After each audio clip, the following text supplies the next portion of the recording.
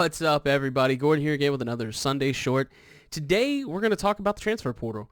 As a Tech fan, and if you follow basketball at all, but especially if you're a Tech fan lately, you are aware of the power of the transfer portal. I kind of wanted to talk about it a little bit because I think there are some misconceptions about it, what it is, what it does, what it's intended to do, all these kinds of things. So first, I want to talk about it started in 2018, which is really not that long ago, right? And really the purpose of it was to organize and bring together and bring some transparency to something that was already happening, right? So athletes have been able to transfer school to school for a long time. This didn't necessarily make it easier in terms of, hey, listen, you can transfer anywhere you want now. It more made it easier for everybody involved. It made it easier for the school. It made it easier for the student athlete. It made it easier for a lot of people because it opened this process. It made it more transparent, and it made it more streamlined. There's a lot of technology used that really kind of helps it put together. Now, the reason I bring this up is because I do think that even though it wasn't intended to, I think there are more student athletes because it has made things slightly easier in terms of on the staff and things like that. I think it has opened up this idea of like, hey, we can go after a guy who's at another school. Maybe he's about to be a graduate, and he could be a grad transfer for us, things like that. Texas Tech has certainly been on the receiving end of some grad transfers that have turned out really well.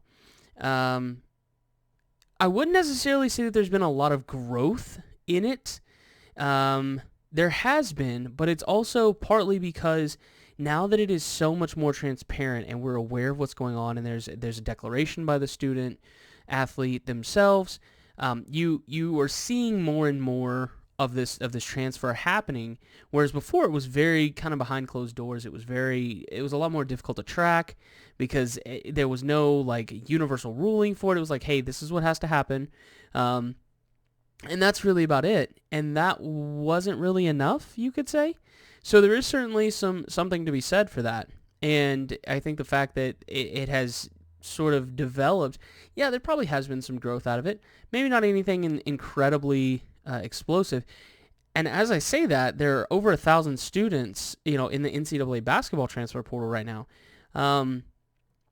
It doesn't necessarily mean that they're all great they're not necessarily all great studs who are going to completely turn a team around and put them on their back. We know this, right? Quantity does not necessarily mean quality. It doesn't necessarily mean that these guys are suddenly just going to do really, really well at the next school they go to. Obviously, they hope to, and obviously the teams that they join hope that they do really, really well, but it's not a foregone conclusion. Which brings me to my thoughts on the transfer portal.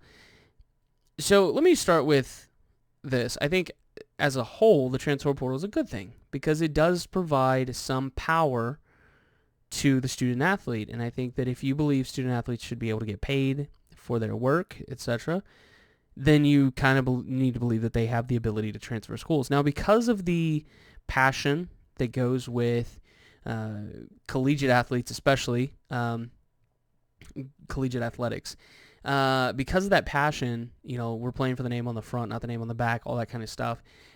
I think that's why anytime somebody transfers out, there's a lot of potential for animosity there, or a lot of personal hurt, because let's be honest, at the professional level, you either chose a team because they were really good and you bandwagoned, or you were born there, right? And while you have pride in where you were born and where you're from, you may not necessarily, you didn't necessarily have a choice in that, right?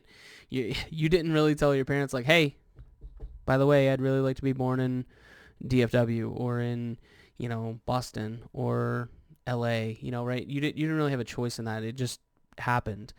Whereas when it comes to college, not only are there a lot of memories associated with it, you also had a hand in that decision. Having said that, as a Tech fan, I think that we need to understand that there's a lot of uncertainty happening right now. For all of these athletes, right? For the guys that we currently have that are now entering into the portal, and the guys that are even staying, there's a lot of uncertainty. Yes, Mark Adams is a guy that has been around. We know that. We don't necessarily know what his offense is going to look like. We have these ideas, right? Because he hired Peary, but he doesn't have his whole staff yet. So there's still some uncertainty in that. There's a lot of uncertainty, and a lot of these guys I'll give you a great example. Mac McClung has entered the transfer portal as of today, right? Which is Sunday, April 11th. He has entered the transfer portal. And a lot of people are disappointed, and understandably, right? Mac was a huge, he was our leading scorer last year. He was a huge part of that team.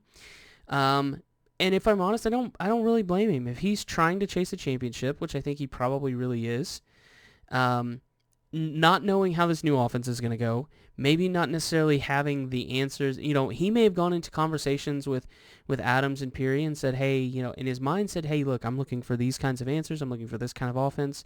This is where I think I can really do well. This is where my family and I think I can do really well. And so that's what I'm looking for. And he may have gone in and just not liked the answers he got and said to himself, I've got to make the best decision for myself. And I'm not going to knock an athlete at all for leaving a college. Do I wish they would stay? Obviously. Of course I wish they would stay. But if I'm okay with us getting players out of the transfer portal, I have to be okay with people leaving in the transfer portal because that's what they think is best for them. And as an adult, I think that we should all appreciate that when somebody makes a decision that they think is in their best interest, that's okay. And some of these guys are, McClung has actually talked about he's trying to test the waters of the NBA, and in the meantime, he's going to be in the transfer portal. And he doesn't necessarily have to leave. Once you're in the portal, that doesn't mean you're definitely gone.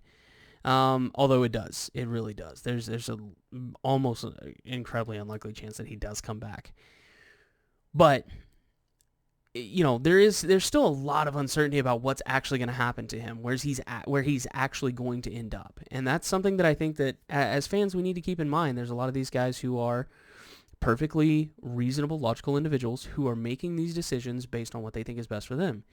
And sometimes it does sting, and sometimes you think your team will not be as good because of it. And if I'm honest, I think Texas Tech may have to do a little rebuilding after this year, but I kind of was thinking they may have to rebuild anyway, because when you're talking about, yes, the defense was going to be the same. We knew the defense was going to be the same.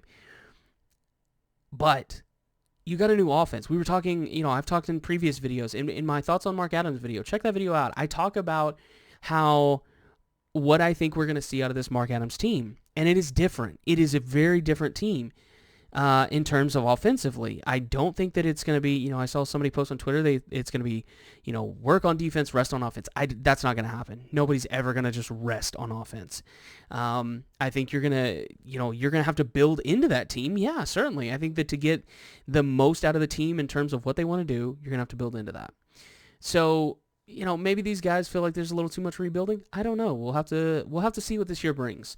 I think it's important that we understand that these guys are making the best decisions that they can for themselves, and that as fans we have to support them, right? We have to support their decisions as human beings. So, having said that, let me know what you think in the comments. Do you like the transfer portal? Do you think that it has just given rise to the transfer, the nature of transfers?